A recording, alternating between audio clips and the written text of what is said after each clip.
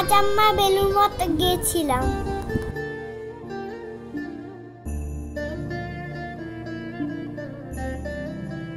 চারিদিকে কত গাছ, আমার দেখতে খুব ভালো লাগছে।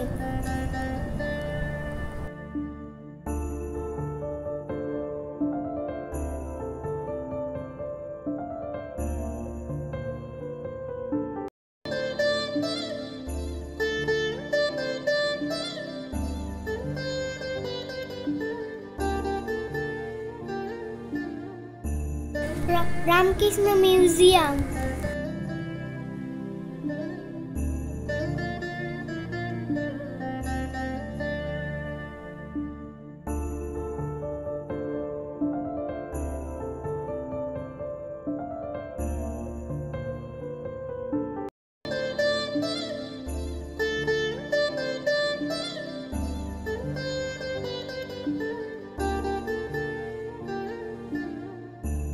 গাছে কত আম হয়ে গেছে দেখুন।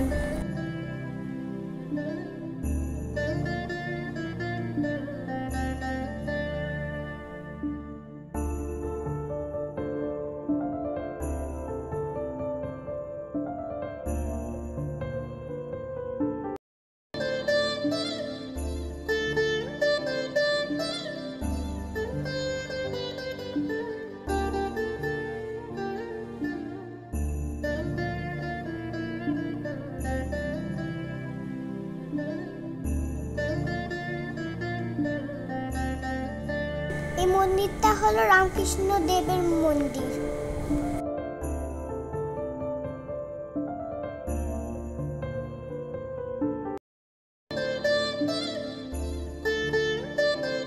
কোনো অনুষ্ঠান হয়েছিল, তাই বোধহয় এরকম বড় প্যান্ডেল করা হয়েছিল।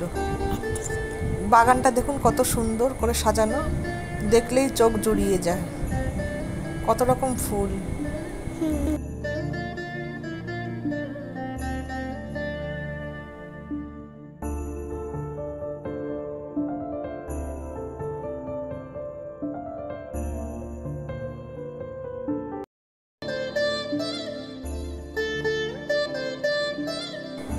গঙ্গার পাশে এই কমলা রঙের কৃষ্ণচূড়া গাছটা দেখতে খুবই ভালো লাগছে।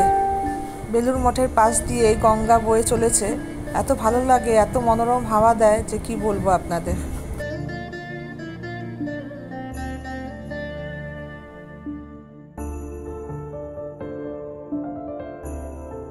এত হাওয়া দিচ্ছে, গরম লাগছেই না আমার।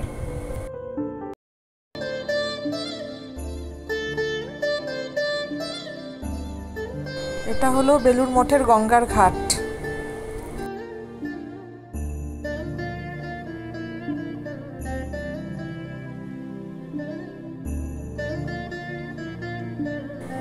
গঙ্গায় হাত দেবো বলে সিঁড়ি দিয়ে নামছি। গঙ্গার জলটা কি ঠান্ডা, আমার আরাম লাগছে।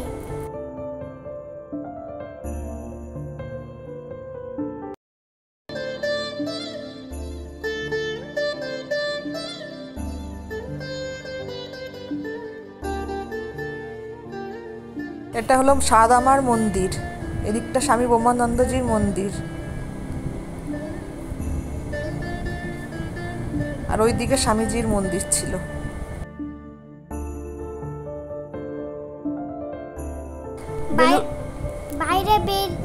বাইরে বেরিয়ে অনেক দোকান আছে, বিভিন্ন ধরনের খাওয়া স্টল, সাজ সরঞ্জামের দোকান, ঠাকুরের ফটোর দোকান আছে। অনেক লোকেই কেনাকাটি করছে, খুবই ভালো লাগছে দেখতে। এই দোকানগুলো হচ্ছে গঙ্গার ফেরিঘাটের দিকে, বেলুড় মঠ থেকে বেরিয়ে।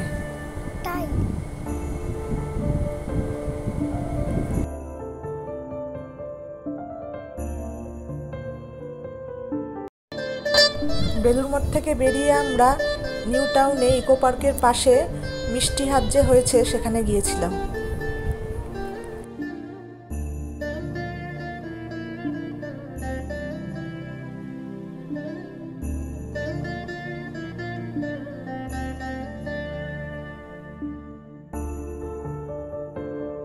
দেখুন কি সুন্দর করে সাজানো। তাই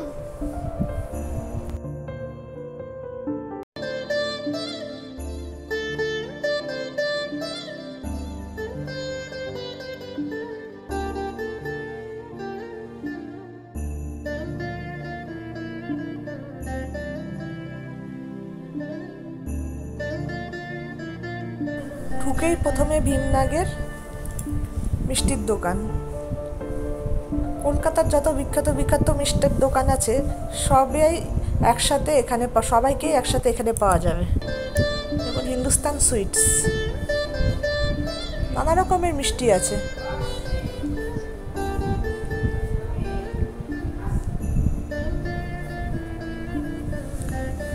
বিভিন্ন স্ন্যাক্সও আছে, নোনতা খাবারও আছে।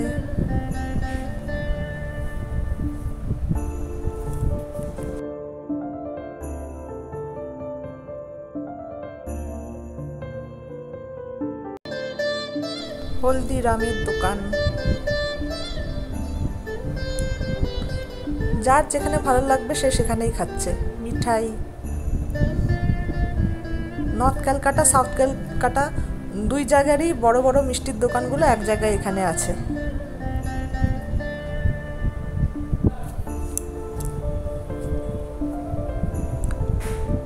সুন্দরিনী, গাঙ্গুরাম, কেসি দাস, আরও অনেক দোকান আছে, আপনারা দেখতে থাকুন।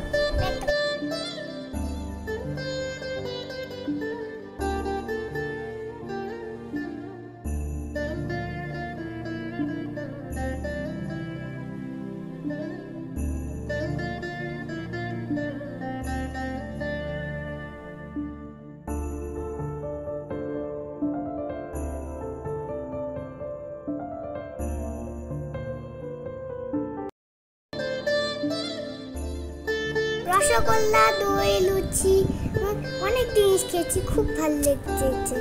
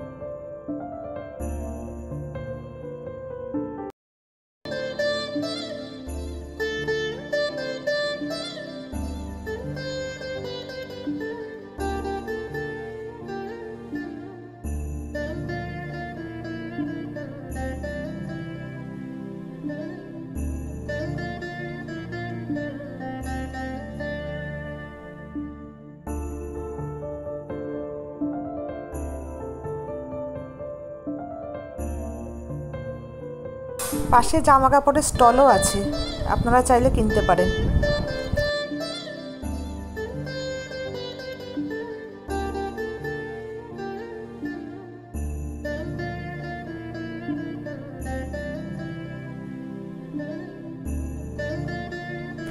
ভিডিওটা ভালো লাগলে লাইক, শেয়ার, সাবস্ক্রাইব করবেন। Thank you.